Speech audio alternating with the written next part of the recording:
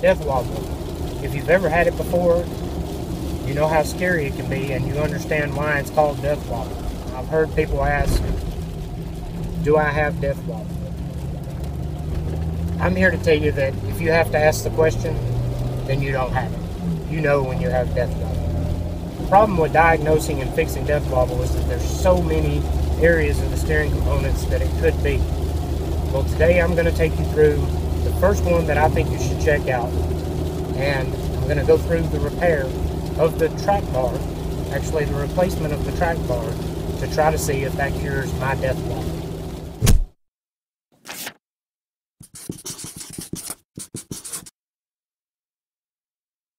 Now, like I said, this isn't a guarantee that this is going to fix it. This, in my opinion, is where your first step should be to try to solve a death wobble issue.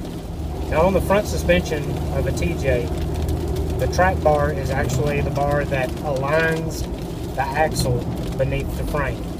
So it goes directly from the frame to the axle and holds it in place. Now, what can happen is that bushing will wear out on both the axle side and on the frame side of the track bar. Now, my Jeep has 227,000 miles on the frame, so obviously these bushings are going to be in pretty bad shape. So we're going to head into the garage and take a look, and I'll show you the replacement of this track bar. Alright, so the first thing you're going to want to do is start out a couple of days prior with some type of penetrating oil, hitting on your axle mount, and also on your frame mount of your track bar. Your track bar is going to be your most likely suspect. As you can see here, I've already loosened mine up, taking the bolt out. There's quite a bit of play in the bolt, even when it was tightened down all the way. This hole has been kind of hollowed out. So I've taken that off. Then we're going to move over to the frame side.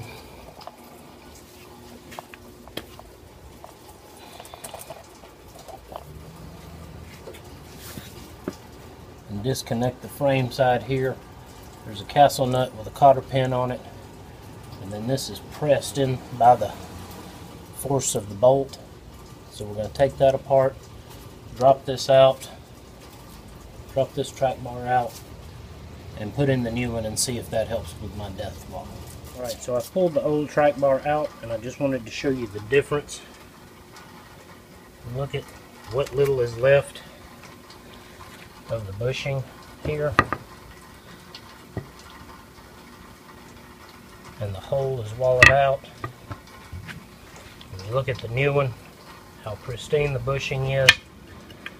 Nice good sleeve in there, unlike the one that I removed. And then on the frame side, you can see there's pretty much no bushing left at all when compared to what it's supposed to look like on a good bushing. Alright, now a couple of things you want to consider. Number one, I showed you how this hole has kind of opened up. I have read where people have gone in and replaced the track bar and then had to go back and drill out a little bit bigger hole here to be able to get this to actually fit correctly and work right. We're going to try it without doing that first, using the original bolt that was there. We may have to go back and replace that. Another thing that you want to think about when you're replacing this is you do want to put in this side first, because the opposite side is going to be movable. You've got the universal joint there, so you can actually make that hook up a little bit easier. Alright, so I've got this side installed, and as you can see, the new track bar coming up, the hump where it goes over the drive shaft, and I've got it installed on this side. And this side mounts directly to the frame. Now, I told you earlier to save the frame side for last.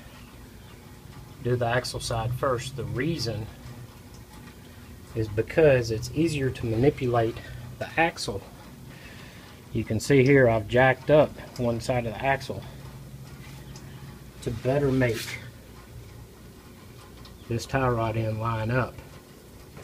That makes it a whole lot easier to be able to line everything up when you can just jack up one end of the axle and be able to meet the frame like that. One thing I did fail to mention is there's a grease zerk that comes with the new track bar. Be sure you install this so that you can grease this joint. Alright, so you can see we have now installed the grease fitting, and we have the cotter pin on top of the castle nut. So the track bar is now installed. At this point, I'm going to drop it down off the jack, do a quick driveway alignment. I'll throw a link right here to show you how to do a driveway alignment, and then we're going to take a test drive. Alright, for the test drive we're going to repeatedly go over this one spot that seems to always give me death wobble to see if we have any wobble at all. It is raining, so we're not going to get the best results, but I should be able to tell if we've got the wobble. Just a quick little bump like it should be. We'll try it again on the way back. Alright, on the way back at prime death wobble speed of 45 miles an hour.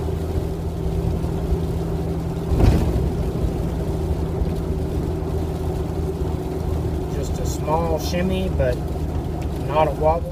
Well, it looks like I was lucky. This seems to have solved my death wobble. If you found this video helpful, please give me a thumbs up. And remember, the Bible is a rock upon which our republic was built.